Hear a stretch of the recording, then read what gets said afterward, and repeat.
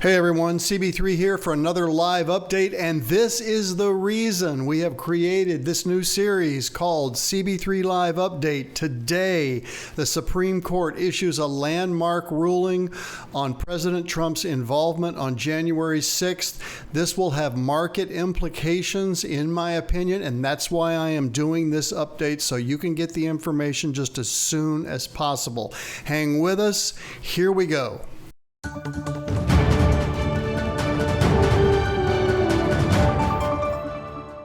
So at approximately 10:05 Central Time today, the Supreme Court issued a ruling basically saying that presidents, and not just President Trump, but U.S. presidents have absolute immunity for any acts that they do as president, any time that they are handling something for the United States of America, and if they make a decision that is unfavorable, they cannot be criminally prosecuted in later years, which of course is what's applying to this Trump case right now. I think this is a positive, and it's a positive for the Democrats too. You don't want to have to be looking over your shoulder every time you make a controversial ruling. You send drones in someplace and maybe you hit a wrong target. I mean, this is important.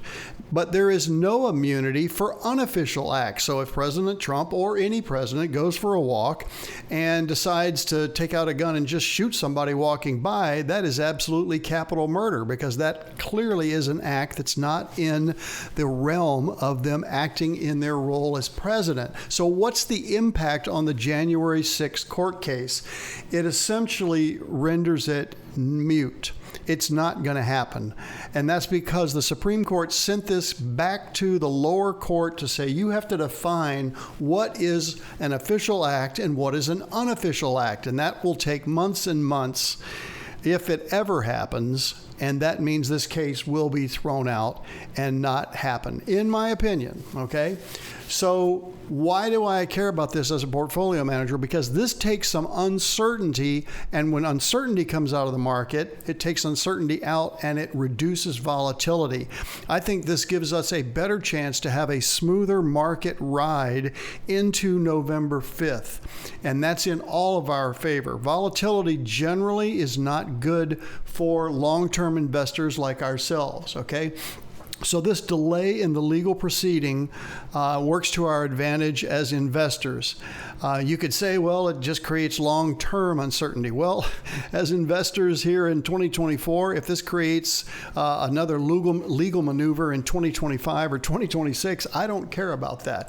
I would like to think that this would help my job, which is to help you get the best risk-adjusted returns that you can in your portfolios, and today's Supreme Court ruling did just that.